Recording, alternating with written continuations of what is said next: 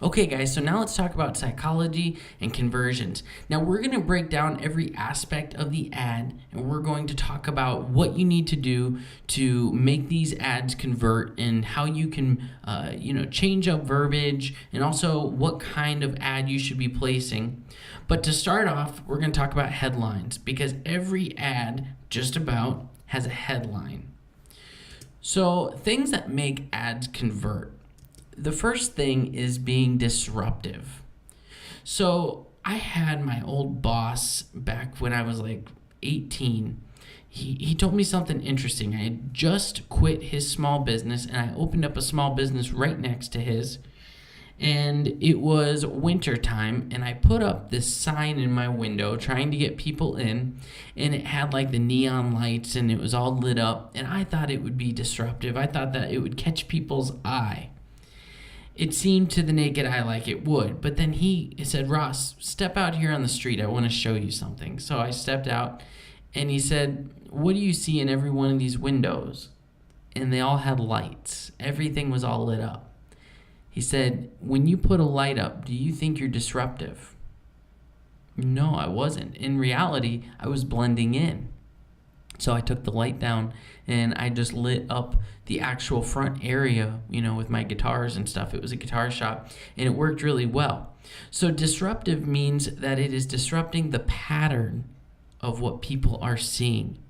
So people see things thrown at them all the time. Now, Russell Brunson uses the Inquirer, which is like one of those gossip magazines, as a great example because you always see them in the front of like a grocery store or something like that, and they got a few seconds to sell them. What makes them sell? Well, they're disruptive. They have disruptive headlines.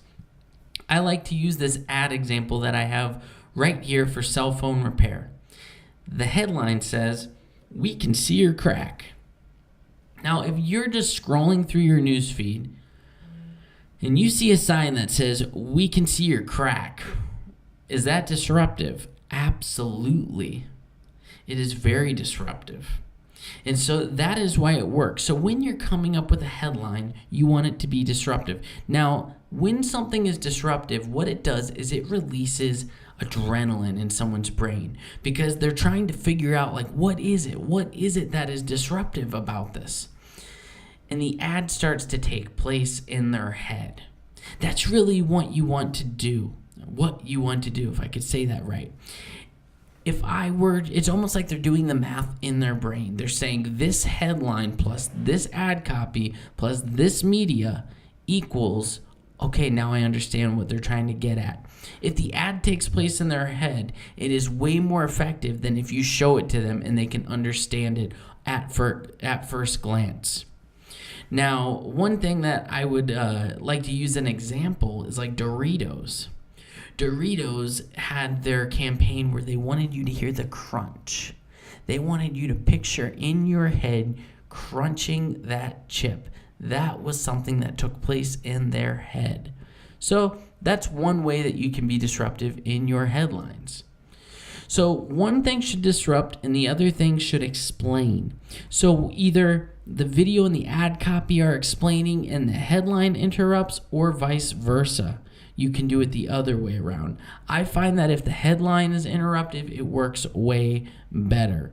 Sometimes, though, the media can really, really also help, and then let the ad copy do it. There's people who will put crazy pictures that have something kind of to do with whatever it is that they're promoting, and you don't really understand why that picture was there until you read the ad copy. Those also convert really well. But what happens is too many small business owners, they'll make an ad and it's like, get all your phones fixed right here.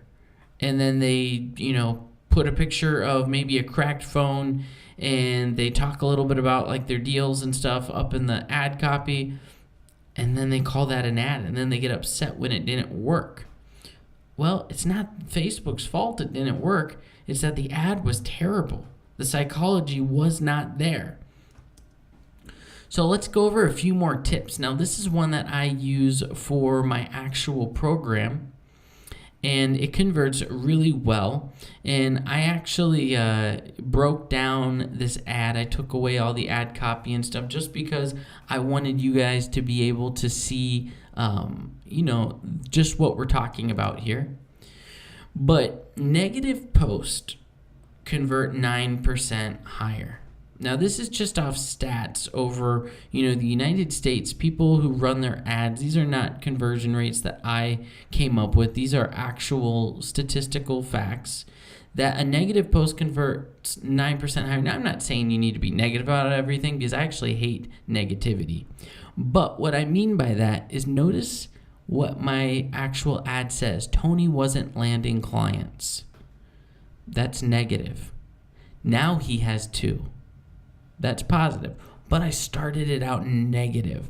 Have you ever noticed you're drawn to these negative headlines? That is why. So, another thing to know is adding numbers in the headline increases your conversions by 30%. So by saying now he has 2, increases your conversions. Now you have to be very careful, and Jason will probably talk about this in the compliance, because if your numbers are like claims of how much money you can make and how much you made, you have to be super careful the way you word it, and also, what kind of numbers you're pushing. But this here is very factual and has numbers in it, so you just got to make sure that you're doing everything compliant with Facebook. But numbers increase your conversions by 30%. 8-word headlines convert better by 21%. 8 to 9 words in reality. But if you can get it to 8 words, it converts even better. Why? I have absolutely no clue. It might be the flow of it. But ever since I started using 8-word headlines, I have definitely noticed that they convert better than short little headlines or long headlines. If you have a 2-part headline, it will also convert better. You can do that by adding these little dots or the dash sign. Why it works? It's just the way people perceive information. It's the way that they receive it. They see it, they can digest it, they can understand it. So these are a few little tips to note, whether you're running it for your own small business, things for your own agency, for your clients.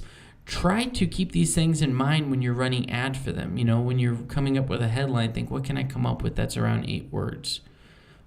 What can I do to add numbers into my headlines? How can I break up my headline a little bit? Can I start it off a little bit negative and then increase, to a more positive note?